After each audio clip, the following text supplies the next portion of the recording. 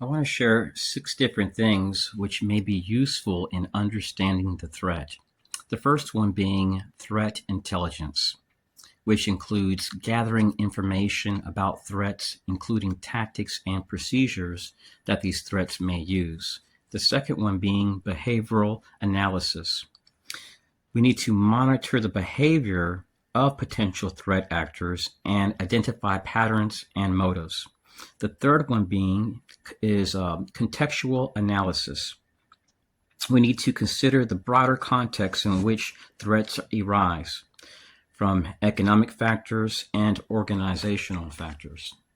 The fourth one being technical proficiency. We need to assess the technical capabilities of the potential adversaries, including their access to tools and resources which could make them a potential threat. The fifth one being collaboration. The only way to solve this matter, which TIs undergo, I feel requires extreme support and effective communication. Greetings and good afternoon, fellow targeted individual. A while back, I had received an alert from Facebook that the United States Army, the Southern Command, had tried to access my Facebook account.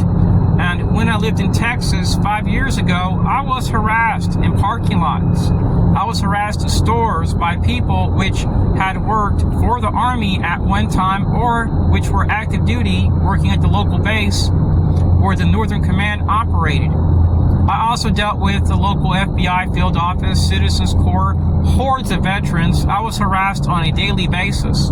I was harassed in schools. My teachers in both schools informed me that I was indeed being targeted and the city was supporting it. So these discretionary actions, these covert actions, are meant to neutralize the target, and they offer contracts to municipalities, to cops on the side. They go to nonprofits. They harass you in schools. You can be on the beach. They'll utilize active duty military. They'll utilize people that are suicidal, that have PTSD, that are seeking contracts. You may also notice one trait of these perpetrators is to park next to your vehicle to make their presence known. And they may simply tell you around in the store and buy the same items as you. You can be on the third aisle of Aldi's. This happened 3 days ago. The exact moment I passed by this lady, she goes, then I go to the next aisle. I never look back. I never argue. Then another lady walks up to me and goes with this really evil, demonic grin. And I've recorded stuff there in the past on this channel. I think I've shared a few videos. I may have to upload a bunch more. I have a bunch of videos, hundreds. So you don't see me arguing with these people, confronting them, being combative. I walk away. So our enemies, fellow TIs, they present a pattern and a practice which is typically seen state by state. They typically have immunity. They use false reporting methods. They have a fetish with U.S. schools. I don't understand the terror threats that much. And they like to hide behind the national security apparatus. See, gang stalking is impossible to occur to this degree within our nation unless we had a security apparatus and certain members of Congress which knew about these activities and allowed it. Also, Department of Justice has to give the okay on covert action, and the FBI has to be overseeing the operations or have some knowledge about these operations. So everything related to like mass shootings, domestic terrorism, that's a governmental problem, not a societal problem. We need to understand that violence is never the answer. I've been in this since 1996. I've never laid a finger on one perp. And let me tell you, fellow TIs, if I wanted to be a jackass, I could get even. But I don't. I have found hordes of contractors, social security numbers due to data leaks. My God, I can create a map showing you guys all the agents within the United States with their social security numbers and their house numbers, cell phone numbers.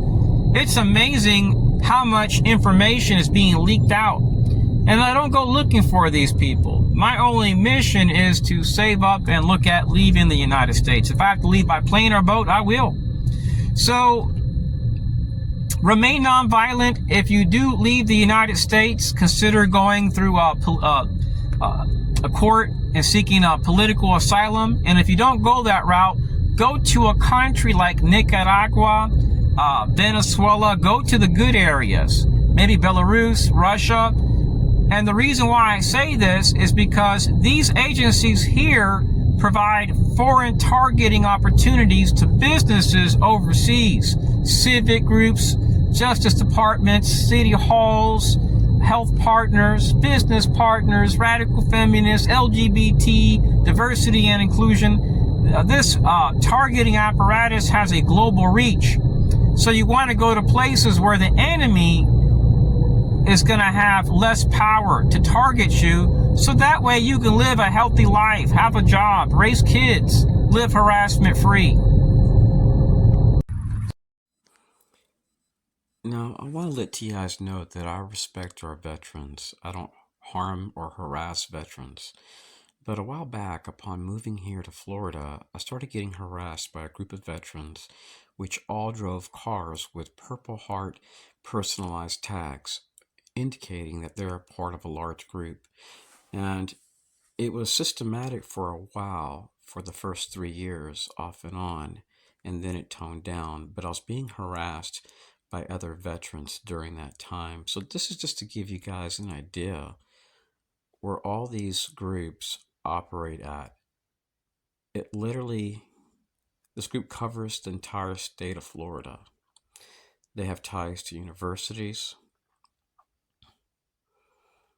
and these are other entities, I guess, where they're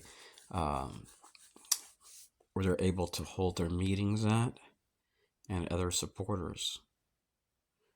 So when you're a target, you will notice that typically older veterans are being utilized. I have literally thousands of videos from other TIs which talk to some of these perpetrators, and they find out that they're doing national security work or homeland security work. And what I find interesting is that some of these groups are tied to like VFW, the Elks Lodge. Now, bear with me one moment. Okay, today I drove to a place called Bartow, Florida, and I got hungry, so I put on my device closest Mexican restaurants near me, and I parked my car exactly where this car is parked. I typically will park far away from all the cars, so that way I can see if I notice any signs of surveillance. So I was at Bartow Center. So I walked right over here to the very front of this place. And when I got to the door, I decided to go back to my car because I forgot that I had my money in a little cup holder. So I walked back to my car and I noticed a guy in a black Jeep parks right where this truck is at, right here to the side. And there was no truck here. This is from Google Maps. So he's facing towards me, and when I get to my car, I notice a guy, an old man, pulls up right here and he flashes his lights at me. I'm like, okay. I didn't even pay him no mind. So I walk back towards the Mexican restaurant, and as I'm walking towards the Mexican restaurant, the guy that exited the truck, the black truck that was parked here, starts arming his car like 20 times. And I was dressed way better than the guy. And my car is really not that old, so it looks good. So anyways, I didn't look trashy or nothing, so I found it weird. So when I get towards the front door of the Mexican restaurant, I noticed there's a sidewalk, so I figured I'm going to take the sidewalk and go somewhere else. And I walked all the way to the Save-A-Lot, which is right around here. It's a grocery store. And I bought some like dried fruit and different stuff. So when I walked back to my car versus taking the sidewalk against stores and then reaching the Mexican restaurant to get to my car, I decided I will cross the parking lot to get to my car, which is right over here. And then I noticed another guy in a black truck, a black Jeep, just like the guy that parked here when I arrived. He slows down and he comes to a complete stop and he's staring at me. And the car is 100% identical to the Jeep which had parked over here. He was staring at me intensely like he was concerned. So when I get close to the car, I get the tag and the guy looked really concerned. And he stood, he just parked on the side and he was just posted up there. And then he drove off.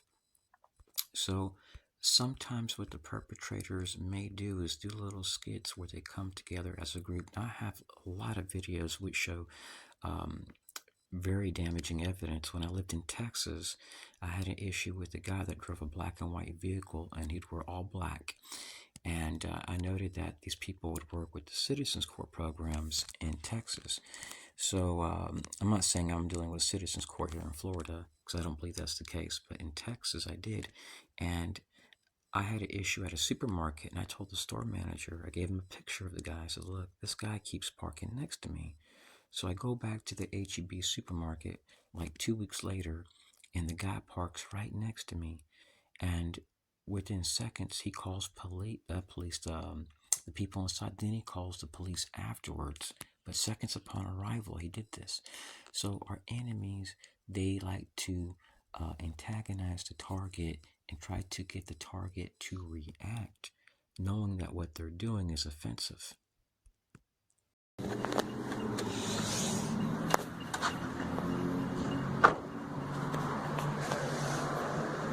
Okay, as we see white cars. And what we see, red cars. And I got a red car. Just another day being a target. Cars at the same time, then we got 2 more red cars pull up. This is her black shirts. See, while I come up in here, a bunch of red cars. It's everywhere I look.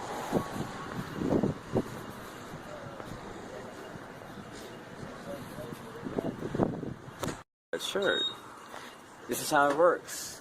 It's done very discreetly. Then we see another one. This is how the operation works. I've never seen anything like this before. So they use a lot of sensitization tactics. It's very highly coordinated, where the average person can't notice.